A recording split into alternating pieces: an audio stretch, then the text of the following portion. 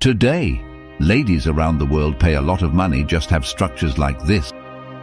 But in her case, she was used and abused even after her death for having this.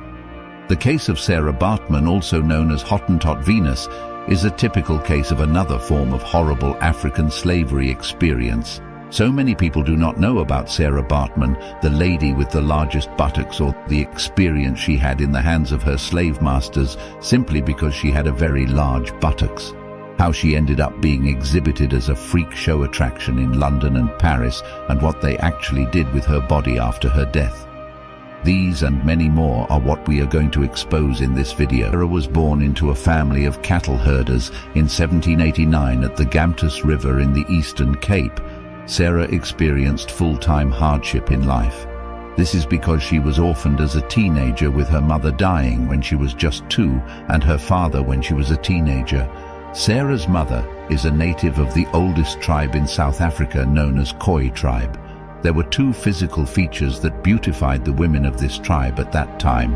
1, lighter skin tone, and 2, well-developed hips. Sarah, being a daughter to a Khoi tribe woman, also possessed as a heritage from her mother a well-developed large buttocks, medically known as steatopedia. This is a state in which a woman accumulates substantial amount of adipose tissue on the buttocks and thighs. Sometimes the tissue extends to outside and front of the thighs. This results in giving the woman a curvaceous figure. Sarah, possessing the beautiful look, made her a fascinating being to the European colonizers of the early 19th century. The Europeans categorized her as a subhuman out of racial sentiments. This made them unleash the greatest physical exploitation on her. As poor as she was as an orphan, Sarah was working as a domestic worker in Cape Town in the house of a Dutch doctor and staff of Royal Navy named William Dunlop, after he purchased her from an African farmer of Khoi tribe, her previous employer. Ever since Dunlop's purchase, Sarah's predicament multiplied in folds. Dunlop used Sarah as his slave and hot servant in Cape Town for a while before taking her to London. In 1810, Dunlop and his partner, a mixed-race entrepreneur named Hendrik Caesars, had to travel back to London with Sarah and convinced her to sign a contract with them to be used as a freak show attraction. They convinced her that she could make a lot of money exposing her body for entertainment. The unsuspecting Sarah, with her timidity, agreed and signed the contract written by Dr. Dunlop, not know it was more like a Greek gift. The terms of the contract were false, and Sarah Baartman remained enslaved for the rest of her life. With the contract sealed and in progress, Dunlop and Hendrik organized freak shows across England, Ireland and other cities in the UK, as well as in the Netherlands, while cashing out massively and paying Baartman just a little money for feeding. Sarah was made to appear with very scanty clothing on her body, while the public paid to see and play with her body. She became pawned in the hands of his slave masters.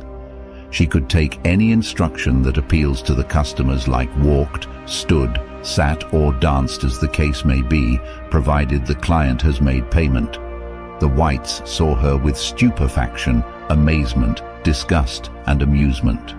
Both men and women touched and made her a plaything. In fact, she was treated like an animal. In the month of September of the year 1814, Baartman was sold to Rau, a Parisian animal keeper in Paris, France. This transaction was possible because of the popularity Sarah got in the court trials when some concerned citizens filed a suit against Dr. Dunlop's contract with her. They felt sympathetic of her for her predicaments and filed a lawsuit to stop the exhibitions and exploitation. Unfortunately, they failed because the terms of the contract overruled their complaint, and Sarah herself had at one time made a formal statement that she were doing all the exhibitions of her own volition, that it wasn't a mistreatment. The statement was questionable and lacks integrity because people were of the opinion that she was coerced to make the statement. Secondly, her poor command of English language was a great limitation to clear communication. However, Baartman continued her performances, displaying at the popularly known Palais Royal. She was caged in a show glass with baby rhinoceros, and Rau gave her instructions on the positions and styles he wanted her to pose. She was made to exhibit some kind of zoological behavior. This gave her some psychological shift, turning her into alcoholic person. It was rumored that she also indulged into prostitution. As a result, she met a famous French scientist and Surgeon General of Napoleon Bonaparte and caretaker of the menagerie at the National Museum of Natural History. His name was Georges Cuvier. He was also popularly regarded as the founder of French naturalism and comparative founder of anatomy. His interest in Sarah was to use her for a scientific study. Cuvier made observations resulting in a statement about her anatomy and movements such as something brusque and capricious about them resembling those of monkeys. Baartman suddenly became a trending gist among the French scientists and formed the subject of scientific paintings in Paris. These paintings would become monuments if the story science-based racial discrimination. Cuvier, in his quest to confirm his theory, which states that Africans were scientifically close to animals than they are to humans, wanted inspecting the Baartman's reproductive organ to check the presence of elongated labia. However, Baartman refused him seeing her reproductive organ. These exploitation continued until when she unfortunately gave up the ghost on the 29th of December 1815 in Paris at the age of 26. She died of pneumonia, syphilis, or alcoholism, and also died in poverty. Although she was dead, Cuvier went on to dissect her body to continue with his research. In 1817, his dissected body was cast in a plaster and displayed in Paris. In his research work, he established that the blacks are perpetually inferior to the whites. In 1975, the private's brain skeleton and the plaster cast of her body were exposed to the public in Paris. Although, after several complaints, the feminists in 1970s argued that the exhibition was destructive and demeaning to women.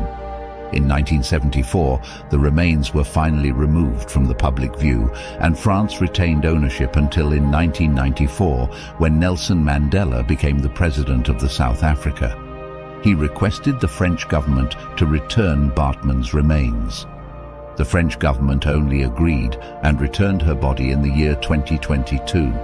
On the South Africa Women's Day, her body was buried in Cape Town. After 200 years she died. The former president of SA Tharbone Mbeki declared Sarah's resting place a national heritage site. As a reward for her tortures, humiliation and enslavement, Sarah was declared an iconic symbol for the dark African colonial past. You see, Sarah's enslavement shows how the Europeans abhor the blacks. It is one of the greatest African people's humiliation in history, where the beauty and amazing physical sculpture of a black was ironically given the worst remark due to racial sentiments.